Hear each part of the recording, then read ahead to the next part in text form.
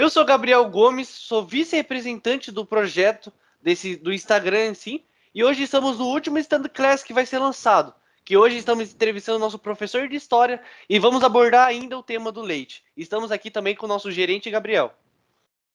Olá, eu sou Gabriel Henrique Vilela, eu sou gerente do projeto e estamos aqui também com o João. Olá, eu sou o João, sou outro gerente do projeto e vamos estar aqui falando um pouco com o nosso professor de História. Olá, muito obrigado pelo convite de vocês para participar do projeto. Projeto muito rico, muito interessante, organizado por vocês e pelo Centro Paula Souza. Eu sou o Wellington, sou professor de História da ITEC Elias Miguel Júnior, né? Tenho a formação na Unesp, campus de Franca, venho atuando como professor, como pesquisador, né, de estudos dos movimentos e culturais negros.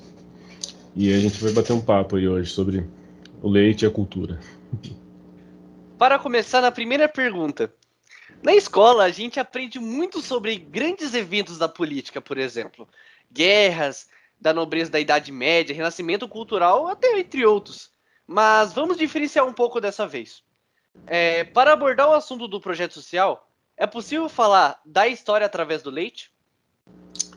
Bom, é possível falar da história através de tudo, né? A gente tem um surgimento de uma historiografia mais tradicional através do século XIX, principalmente na Alemanha e depois na França, que vão entender que só dá para estudar a história através de documentos oficiais e grandes eventos políticos.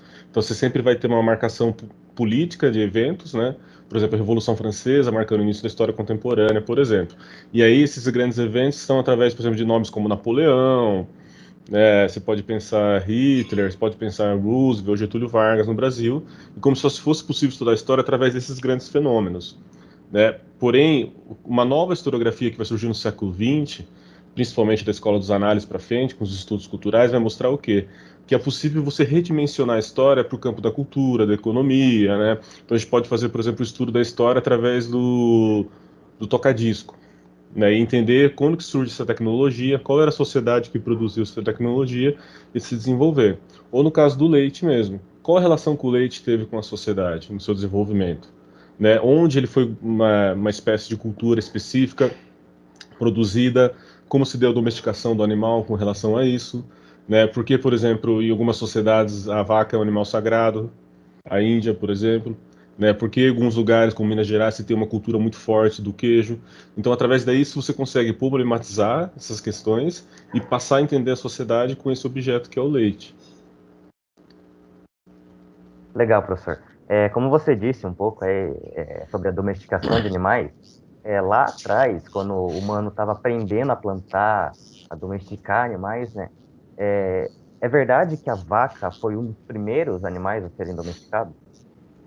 Então, a domesticação de animais, a gente pensa principalmente, né, a gente tem dois períodos ali da história pré-literária, ou pré-história, que é o Paleolítico e o Neolítico, né, chamadas Idades da Pedra. O Paleolítico é um período de coleta, né, onde a humanidade que existia vivia da caça, né, daquilo que a natureza oferecia. E o Neolítico é um período de transição que tem a chamada Revolução Agrícola, né, ou Revolução da Agricultura, onde há uma domesticação de animais e de plantas. A gente tem essa evidência forte. Agora, afirmar que a vaca é o primeiro animal doméstico é uma afirmação muito forte que não tem como trazer isso, né, para a realidade. Talvez em algum lugar específico do mundo pode ser que ela tenha sido domesticada rapidamente. Talvez na Índia ou na Europa, por exemplo. Mas não há indícios fortes. A gente podia pensar, por exemplo, o cachorro, né, que é um animal que é domesticado muito lá tardiamente também, porque ele ficava em volta, né, dessas populações atrás de comida e com um longo tempo, espaço-tempo, passou-se a ter uma relação mais intrínseca entre homem e cachorro, por exemplo.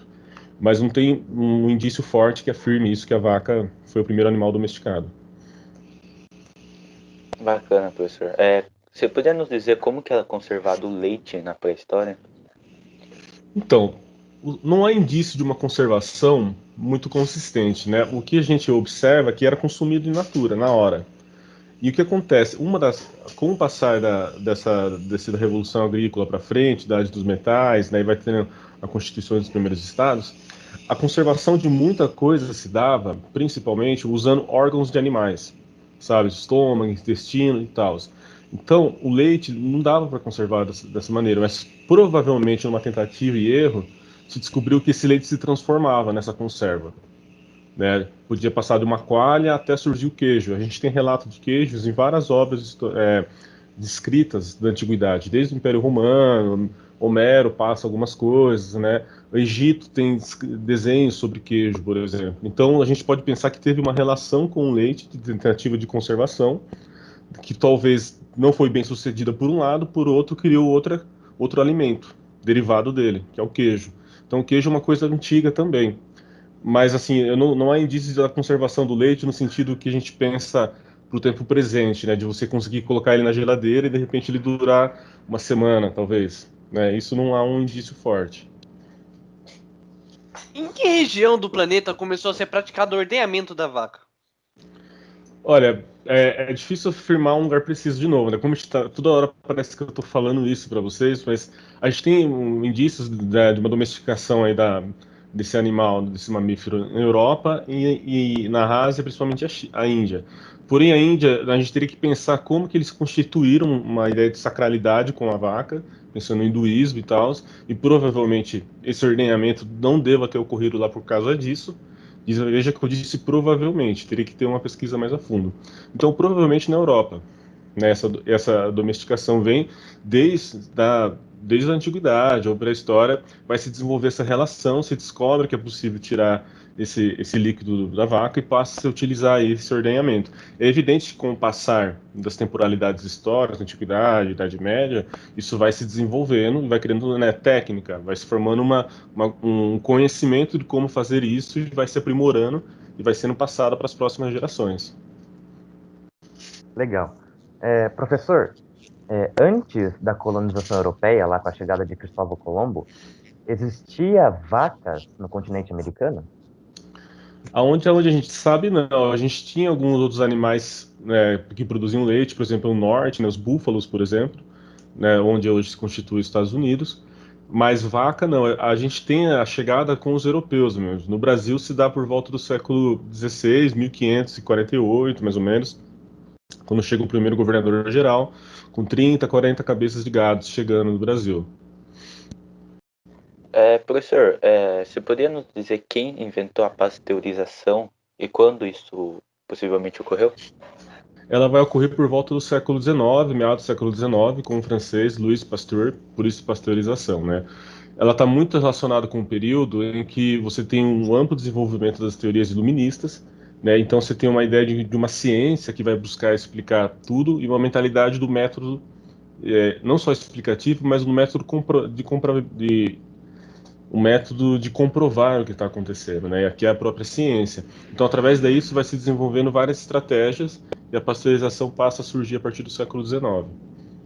Para aproveitar um pouquinho o gancho, que a gente tá já nesse papo de quem inventou essas coisas, podemos também falar sobre o leite pó, né? Quem inventou o leite pó? O leite pó ele vai estar nesse contexto do século XIX também, mais aí numa região germânica, né, onde vai ser a origem na Alemanha. Eu não vou conseguir pronunciar o nome inteiro dele, mas o Liebig, sobrenome, depois os meninos vão pôr o nome completo para vocês.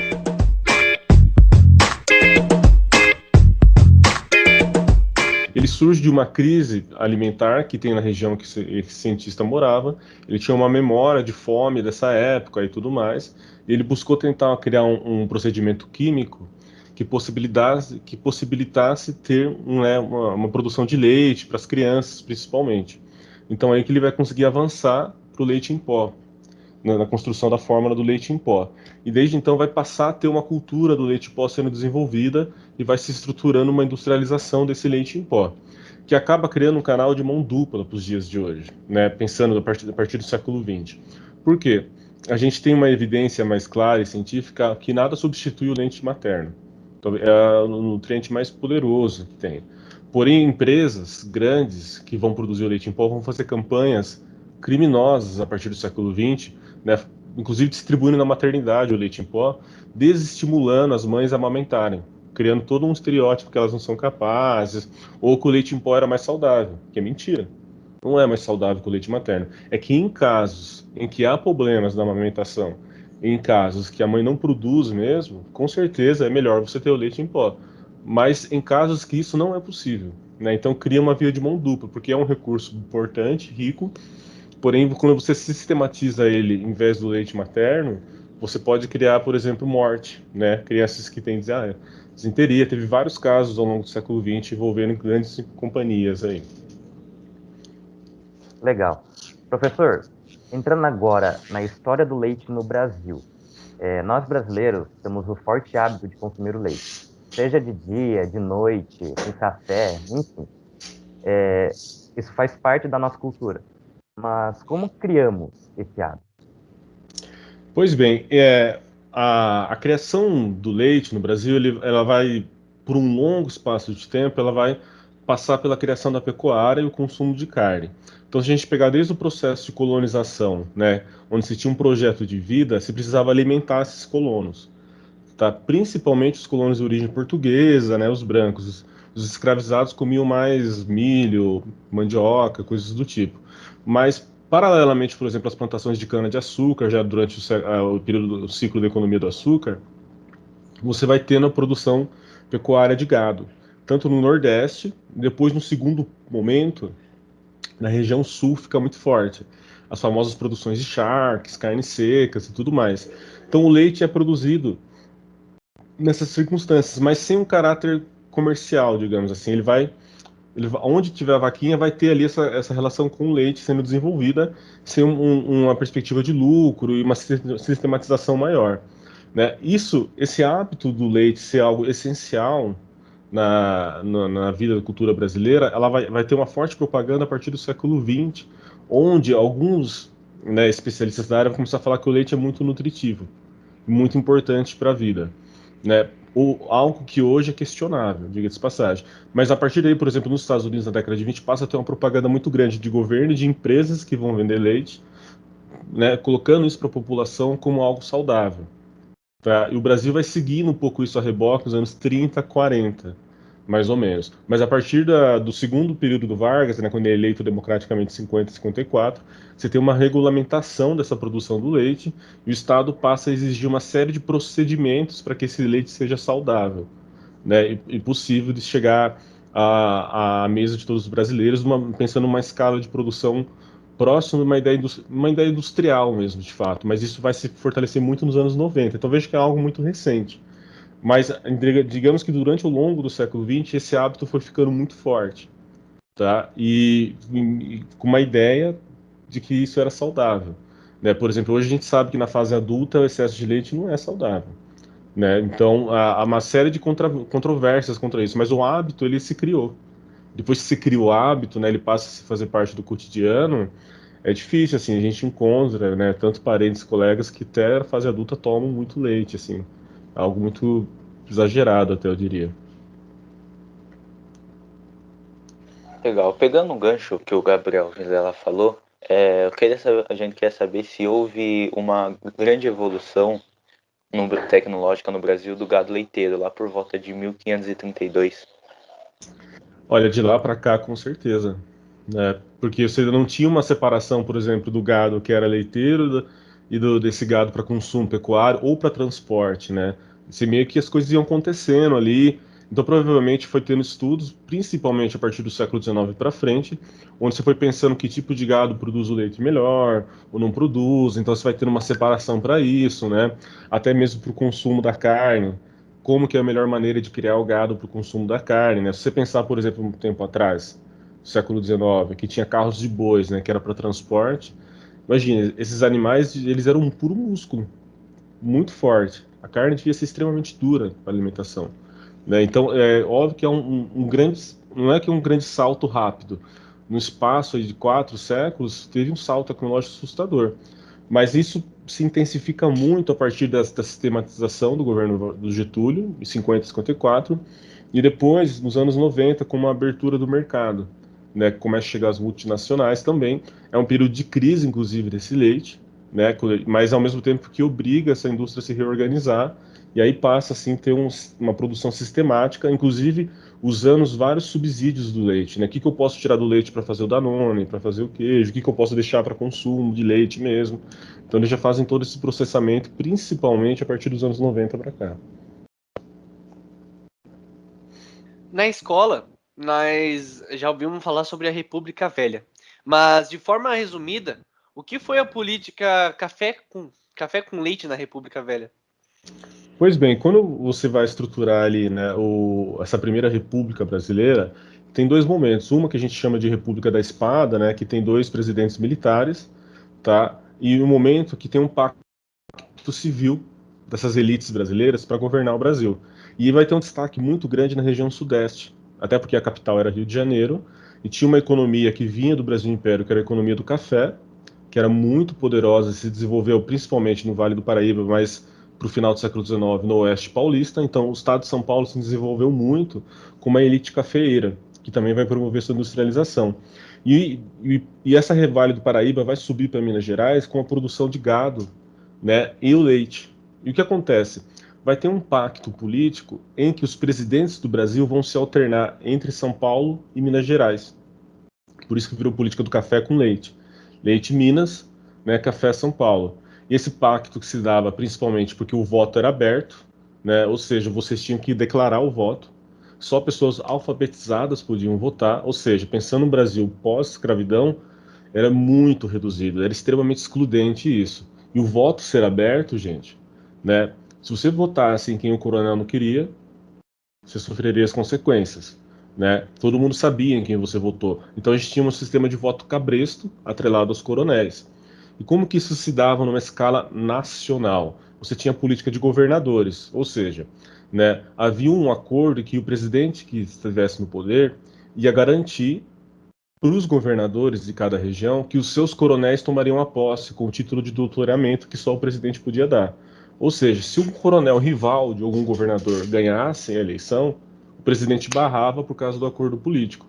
Em troca, os governadores sempre iam apoiar os presidentes. Essa política perdurou basicamente até a subida do Getúlio Vargas em 1930, né, sendo uma troca entre Minas Gerais e São Paulo, com raríssimas exceções assim que aconteceu no período. Tá? Professor, agora para finalizar, uma pergunta de opinião. Não sei se vocês conhecem o processo da retirada do leite da vaca, mas tem muita gente que não apoia essa prática porque a fecundação ela ocorre de forma forçada, meio que estuprando a vaca, né? Eu queria saber o que você acha dessa prática, se você apoia, se você discorda, porque se essa prática sumir, teoricamente o leite da vaca não será mais acessado por nós, né? A gente não estará mais consumindo. Eu acho que é uma pergunta bem complexa, assim, é difícil ter uma resposta, digamos assim, não no sentido certeira, mas que ela seja hegemônica, né, no campo da disputa. A problematização que a gente tem que fazer, assim, é essa produção da carne e do leite é feito por uma necessidade humana ou por uma necessidade de mercado? Essa é a pergunta que se faz. Porque quando você coloca a questão mercadológica de lucro em cima disso, não tem necessidade nenhuma da gente ter a quantidade de gados que a gente tem. E de quantidade de carne e de leites que nós temos. Até, inclusive, né, a gente tem um acúmulo muito grande de carne e de leite e temos subnutrição voltando no Brasil, por exemplo. Qual a relação de a gente ter um número grande de produção de carne e leite e a população não ter acesso a esse alimento? Então, e é óbvio, quando a gente põe esse excesso de produtividade pelo lucro, né, se for pensar numa ética com o animal, uma extração que fosse mais justa, se é que se pode usar esse conceito, está totalmente errado. Totalmente errado.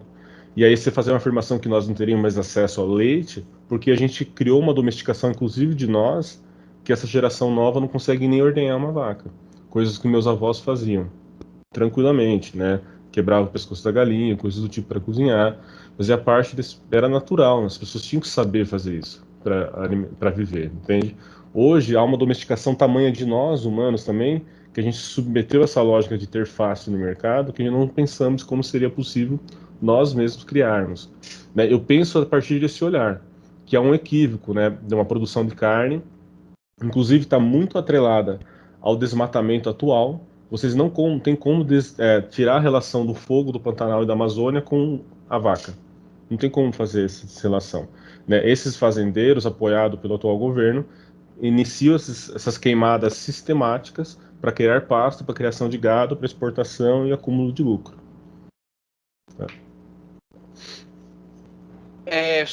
Você acabou de comentar sobre as queimadas das florestas. Uhum. Tem como você falar um pouquinho mais sobre isso? As queimadas do Pantanal? A gente pode falar de uma maneira mais geral, assim, o que que acontece? É um período de seca, a gente sabe que isso pode acontecer, porém, a gente tem uma estrutura, né, já montada pela Constituição e vários avanços em políticas ambientais, de políticas públicas para conter isso, que não foram utilizadas nenhumas. E pelo contrário, que fica claro é que foi deixado passar a boiada mesmo, né? Então a gente observa que há um incentivo do governo federal para que isso aconteça, e práticas de proprietários de terras desses locais que também querem que isso aconteça para que seus lucros aumentem, né? Então a gente vive um contexto de destruição do meio ambiente no Brasil, de fato, tanto incentivado pelo governo federal quanto por esses proprietários que visam sua lucratividade, sem respeitar a fauna, a natureza e principalmente, né, as populações originárias, né, os indígenas, que muitas tribos agora estão sem alimento, porque eles viviam da caça. Vocês têm mais alguma pergunta? Nenhuma. Nenhuma.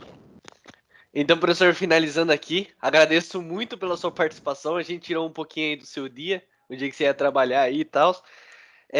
Foi muito interessante. Os assuntos que a gente abordou aqui com certeza vai ser utilizado para um bem maior, as informações aqui. E por mim é só. Muito obrigado, professor. Eu também gostaria de agradecer, né, ter sacrificado esse tempo para nos ajudar no nosso projeto, que está ocorrendo bem. A gente vai dar continuidade, mas isso daí é assuntos futuros. João, quer falar alguma coisa? Tem que só agradecer como professor, né? Deu um pouco do tempo dele para dedicar ao nosso projeto. Também agregar muito conteúdo bom que ele falou aqui, né? Sobre a história do leite, o que pode ser estudado. Só agradecer mesmo a você, professor. Bom, eu que agradeço o convite, né? Me sinto lisonjeado e sinto feliz por vocês estarem produzindo conhecimento, atividade, né, com iniciativa própria de vocês, com as ferramentas de vocês. A mim foi um prazer estar participando e ter contribuído. E com certeza também vocês contribuíram para minha formação, porque eu também não tinha pensado a história através do leite até vocês me virem com a pergunta. Então eu que agradeço. Você aí que tá me assistindo, assiste o restinho do vídeo aí, você vai ver. Siga meus comentários. Fala, meu jovem gafanhoto. Gostou desse stand class que você ouviu? Então, fique sabendo que vai ter mais. Logo, então, vou dar uma recomendação para você. Tá vendo aqui, ó? Clique em inscrever-se. Depois clica no sininho em todas e logo logo você receberá novos vídeos que serão postados nesse canal. Não perca nenhum vídeo, hein? Quanto mais informações de leite você tiver na sua vida, mais experiente você vai se tornar. Então, muito obrigado. Tchau.